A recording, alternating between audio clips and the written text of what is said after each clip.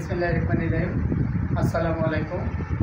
রুবেল স্টারের পক্ষ থেকে আবারও সকলকে স্বাগতম। আমি আজকে ট্রান্সফরমেশন অফ সেন্টেন্সের নতুন আরেকটি টপিক নিয়ে আসলাম যে আমরা যখন অ্যাফার্মেটিভ সেন্টেন্সকে নেগেটিভ করবো তখন আমরা মূল শব্দের বিপরীত অর্থবোধক শব্দ প্রয়োগ করি, আর যখন এই সেন্টেন্সের মধ্যে মূল শব্দের বিপরীত অর্থবোধক শব্দ যদি না পায় সেই ক্ষেত্রে আমাদেরকে সেন্টেন্সটা বুঝে নেগেটিভ এবং ইন্টারোগেটিভ করতে হবে, তাহলে সেন্টেন্সটা চেঞ্জিং হবে।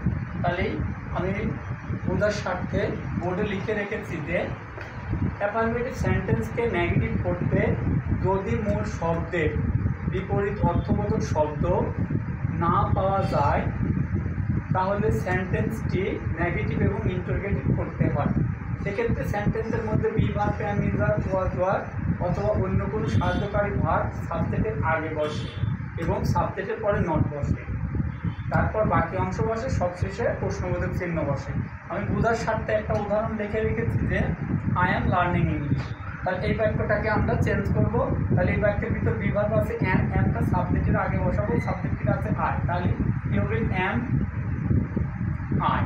তাহলে সাবজেক্টের পরে আমরা কী লিখবো নট। এবার মূল ভার্ব, এবার বাকি অংশ লার্নিং ইংলিশ।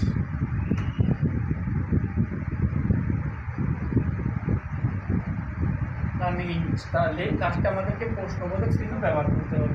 তাহলে এইভাবে আমরা সেন্টেন্সটাকে চেঞ্জ করতে পারি। তাহলে ধন্যবাদ সকলকে। ভিডিওটা ভালো লাগলে একটা লাইক, একটি কমেন্ট এবং একটি শেয়ার করবেন এবং সাবস্ক্রাইব করে পাশে থাকবেন। আসসালামু আলাইকুম।